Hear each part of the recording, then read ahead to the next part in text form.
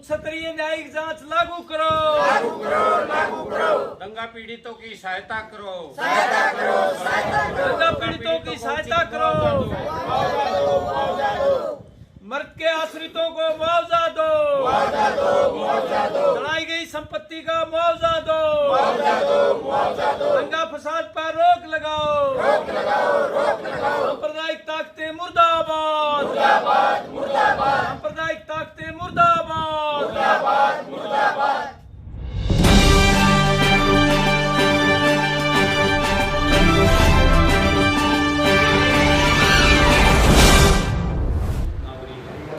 यहाँ से हम निकलेंगे, हमने शांति मार्च करके राज्यपाल को ज्ञापन देना था, लेकिन प्रशासन ने बारिश करा रखी है। तो हम यहाँ सेमिनार करके 5 आदमी जाकर के जिला प्रशासन को ज्ञापन दें।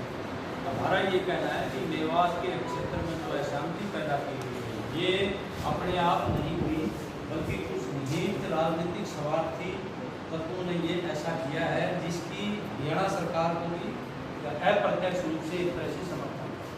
जिस तरीके से मेवात एक संवेदनशील इलाका है और वहाँ आए दिन जो बजरंग दल के लोग और जो कथित गोरक्षक बने हुए हैं, उन्होंने पुलिस से मिली भगत करके वहाँ एक लूटने खसूटने का एक माहौल पैदा कर रखा है। और जिस तरीके से जो 2 अल्पसंख्यक युवाओं जुनैद और नासिर की पिछले फरवरी में हत्या की गई और उनका एक आरोपी मोनू मानेसर सरेआम घूम रहा है, राजस्थान पुलिस के हाथ नहीं लगा और हरियाणा पुलिस उसको पकड़वाने में कोई रुचि नहीं ले रही है, उसने और बट्टू बजरंगी ने जिस तरह से जो भड़काऊ बयान दिए हैं, इससे पहले इन्हें हिंदू संगठनों ने जो एक सांप्रदायिक ध्रुवीकरण का माहौल बनाया है, वहाँ जो एक समुदाय विशेष के खिलाफ जो भाषण दिए हैं और फिर ब्रजमंडल जलाभिषेक यात्रा के नाम पर जिस तरह से विश्व हिंदू परिषद और बजरंग दल ने वहाँ लोगों को इकट्ठा किया है, वो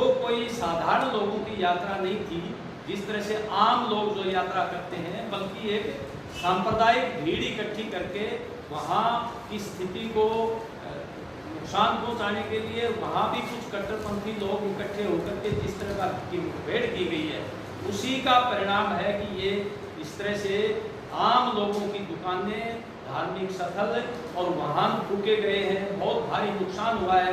वो इलाका एक औद्योगिक सेंटर का इलाका है, बाहर से भी वहाँ मजदूर आकर के रहते हैं विभिन्न धर्मों के, उसको बहुत बड़ा नुकसान पहुँचाया है। और हमारे गृह मंत्री कह रहे हैं कि बहुत बड़ा षड्यंत्र था ये। तो हम ये कहना चाहते हैं कि षड्यंत्र था तो आपने हरियाणा की सुरक्षा CID की रिपोर्ट, वहाँ के प्रबुद्धजनों की सलाह क्यों नहीं मानी और समय रहते हस्तक्षेप क्यों नहीं किया। इसलिए हम ये कहना चाहते हैं कि सारे एपिसोड की इंक्वायरी, जांच पड़ताल हाई कोर्ट या सुप्रीम कोर्ट के जज से होनी चाहिए। हमें कोई आशा नहीं है कि हरियाणा सरकार इसकी सही तरीके से जांच करेगी, क्योंकि हरियाणा सरकार एक तरह से सांप्रदायिक तत्वों का पक्षधर बनी हुई है और ये राजनीतिक वोटों की फसल काटना चाहती है। यहाँ दंगा फसाद उभार करके सांप्रदायिक संगठनों के जरिए ये पूरे हरियाणा में वोट का फायदा उठाना चाहते हैं। इसलिए इंक्वायरी की जाए, हाई कोर्ट सुप्रीम कोर्ट की SIT बना करके, और तमाम लोगों को जो नुकसान हुआ है, जिसमें हमारे होमगार्ड के जवान, आम नागरिक 6 लोगों की जो हत्या की गई है, उनके परिवारों को न्यायोचित मुआवजा दिया जाए और जिन लोगों के व्हीकल जले हैं, मकान जले हैं, धार्मिक स्थल जलाए गए हैं, उनको भी भरपाई की जाए और अमन शांति कायम की जाए पूरे हरियाणा में। अमन शांति के लिए हम लोग बिल्कुल तैयार हैं सरकार को मदद करने के लिए और लोगों में भाईचारा बढ़ाया जाए।